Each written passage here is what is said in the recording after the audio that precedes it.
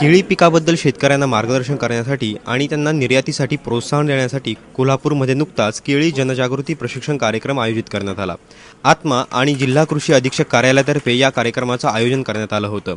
या कार्यक्रमाला केळी उत्पादक शेतकरी आणि निर्यातदारांनी मोठी हजेरी लावली। जागतिक बाजारपेठेत केळीचा ब्रँड तयार करण्यासाठी प्रयत्न करणार असल्याचंही यावेळी कृषी विभागातर्फे सांगण्यात आलं। कोल्हापूर जिल्ह्यातील जे केळी उत्पादक शेतकऱ्यांचे आपण शेतकरी गट केलेले आहेत, जो क्लस्टर केलेला आहे आणि पब्लिक प्रायव्हेट पार्टनरशिप अंतर्गत जो शिरोळ, हातकणंगले, कागल या परिसरामध्ये जो प्रकल्प सुरू केलेला आहे, या शेतकऱ्यांना केळी उत्पादन तंत्रज्ञान आणि निर्यातक्षम शेळी उत्पादनाचं जे विविध पॅकेज ऑफ प्रॅक्टिसेस आहेत ते कशा प्रकारे फॉलो केले पाहिजेत, जेणेकरून आपल्याला निर्यातक्षम केळी उत्पादन होऊ शकेल, या अनुषंगानं आजची ही कार्यशाळा आयोजित केलेली आहे।